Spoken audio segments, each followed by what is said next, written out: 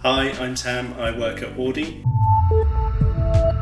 At Auddy, I've been working on the website SEO and making sure that we're optimized for all the terms and things around podcast advertising, podcast sponsorship, and branded podcasts. It's so important, I think, that your podcast is well optimized for SEO, and there are hundreds of articles on the web now telling you how to do the right thing. So in general, it's getting to the top of Google or other relevant search engines for your business or for your business keywords. So that can be, landscaping or for a cinema or for something else. So in terms of a podcast, SEO is important because you want to rank as high as possible in things like Apple Podcasts and Spotify when your listeners are potentially putting in your podcast name. If your podcast name is something completely irrelevant or they can't find it, then that's going to be impossible for you to gain more listeners. The simplest thing to do is to ensure that you have a clear, concise title for your podcast, something that relates to what you're talking about. So make sure that you've got keywords in there which help you to drive people to what they want to listen to. The first thing I'd do if I was looking to rank my podcast well, especially in an overcrowded subject, something like sports, I would definitely include a keyword in my title. So if it was about rugby, I would include that. If it was about something to do with a certain tour, say the Tour de France, I would include that within the title. Then it's easy for your listeners to find where you are in the podcast platforms and to find what they want to listen to. So you've got some great content for your podcast, you've got some really good interviews with people, but your podcast is slightly meandering. You've got a few episodes down the line and you're kind of losing track of what the key purpose of the podcast was, the reason for doing it in the first place. It's really important for SEO that things have a clear purpose and a clear point to them. In Google, it generally ranks things higher if they have a really clear message as to what they're talking about and then relates that back to the content on the site. It's the same for podcasting. Both from an SEO point of view, if people are trying to find your podcast in Apple or Spotify, then there needs to be consistent episodes which are clear, talking about the subject that you're talking about, but also for your listeners, they need to know each week or each day or each month even that they're getting the same content that's going to be driven around the same subject or genre. So you've got your podcast published, great. Do you need it on your website? Do you need a separate website for it? Does it help with SEO? And the answer is absolutely. It's really important to have your podcast somewhere on the internet. Otherwise, when your users or listeners find your podcast in Apple or Spotify, they've got nowhere else to go. The journey ends there.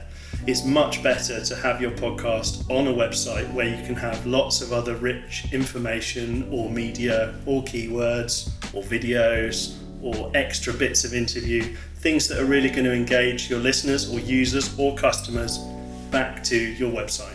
I would say the best way to get keywords for your podcast, obviously you're going to naturally have a bunch of keywords within an episode or within your podcast. If you're speaking coherently about a subject, then you're going to have, say, 5 keywords that you can pick out straight away. They're going to be obvious.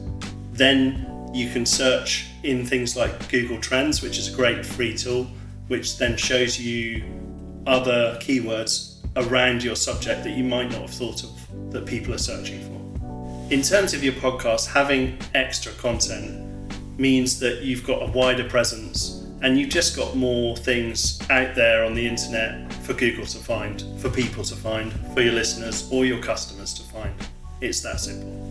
So you've published your podcast, you're on Apple, you're on Spotify. What's next? There are a whole world of other users out there, things like Castbox, things like Podbean, other hosting platforms where your podcast can be. Now, it's easy to just dismiss these and say, well, no one listens to podcasts on these platforms, but there are thousands of other listeners that you could be missing out on for a simple free submission of your RSS feed. So you need to go ahead and find the top 10 podcasting platforms within your location or geographic area, and then just submit your RSS feed to those. There's no negative to adding your podcast to more platforms. The more platforms you're on, the better it is for users potentially finding your podcast. The only thing is time.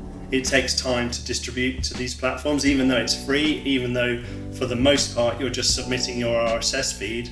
A lot of the time you have to create accounts, you have to then submit all your details to each and every one. So if you're doing over 20 platforms, that's a lot of time and effort. If you've got any questions about distributing your podcast or getting it on the right platforms, then just get in touch and we can help.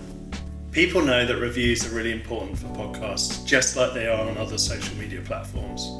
For SEO, they're really important because, like Google, like other search engines, Apple, Spotify, and other platforms have their own algorithms which rank podcasts based on their likes, comments, reviews, and how many subscribers there is, how many listeners there are. Now, again, it's a bit of an unknown science, and we don't really know the actual algorithm that Apple use or Spotify use, but it really helps if you have lots of reviews. An algorithm is a mathematical formula which ranks things like products or services, or in this case podcasts, on podcast platforms. Everybody has an algorithm nowadays, Google, Microsoft, but importantly Apple and Spotify rank their podcasts based on their predetermined criteria.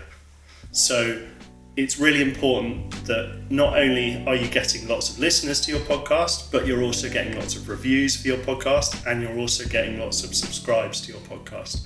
This can only help rise up the algorithm. Again, it's one of those things that we don't really know, and we can't look into the workings of Apple Podcasts or Spotify, but we know that having reviews, having listeners, having subscribers really pushes you up those algorithms and helps.